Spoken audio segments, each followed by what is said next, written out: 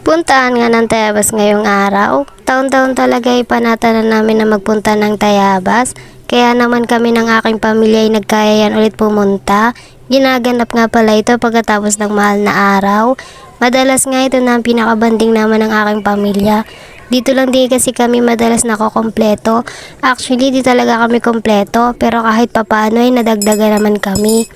Nagkape nga muna kami bago umalis, gabi din kasi kami na biyahe. Kada puntahan nga ng Tayabas ay naghahanda kami ng aming mga dadaling pagkain. Bukod kasi sa magsisimba kami ay maliligo din kami sa pool.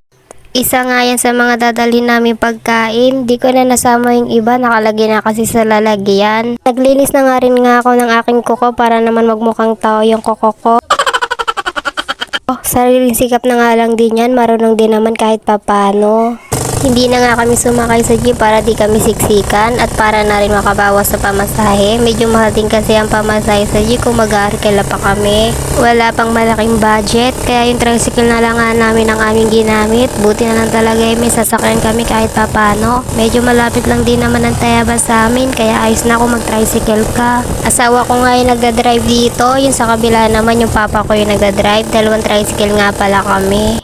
Bago nga kami pumunta sa aming pagliliguan, magsisimba muna kami. Kada nga pupunta kami ng Tayabas ay nadaan muna kami sa simbahan para magpasalamat kay God. Pinagpapasalamat na rin nga namin na nakarating ulit kami sa kanyang tahanan. Hinihingi na rin namin ng tawad ang aming mga nagawang di maganda kung ano man yun. Nagpapasalamat din kami kasi kompleto kami kahit di man ganun kakompleto. Nagpapasalamat din kami sa aming mga pagkaing dala na pagsasaluhan ngayong araw.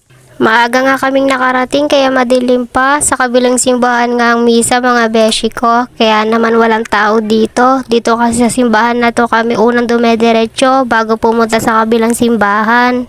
Eto nga at magpapahinga muna kami sa labas ng simbahan dahil pagod rin nga sa pagbiyahe. Napakahiwalas nga ng paligid, halatang wala pang masyadong tao dahil medyo madilim pa nga at napakaaga nga ng aming pagdating dito. Pero ayos din nga yung para makaabot kami sa misa sa kabilang simbahan. Dito nga sa simbahan banda ay may mga tiyangge-tiyangge na pwede kang bumili pang pasalubong at pang souvenir. Marami ka din mabibili dito na kahit ano. Dito nga din sa labas ng simbahan ay dumadaan yung mahal na berhen na kung tawagin ay turumba. Iniikot-ikot nga rin nila ang mahal na berhen sa iba't ibang lugar sa Tayabas. Piyesta nga rin ng Tayabas kaya may ganto kada taon.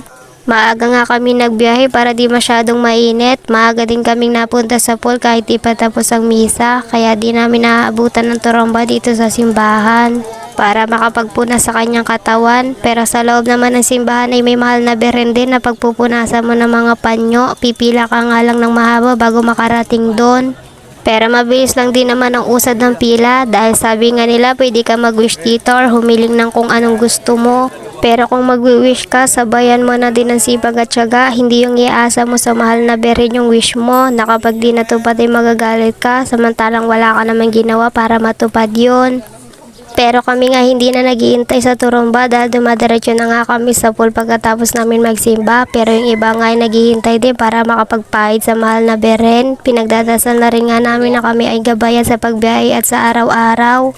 Kwento ko lang mga beshi ko, bago kami nakarating ng Tayabas ay maraming pagsubok pa kami pinagdaanan na akala pa namin ay hindi na kami matutuloy pero kahit ganun ay di kami sumuko at tinuloy pa rin namin. Tinatawanan na lang nga namin yung mga nangyaring di maganda, buti na lang talaga at nakisama pa rin yung sinasakyan namin at buti na lang kahit ganun ang nangyari ay maayos pa rin kaming nakarating at may maganda rin namang nangyari.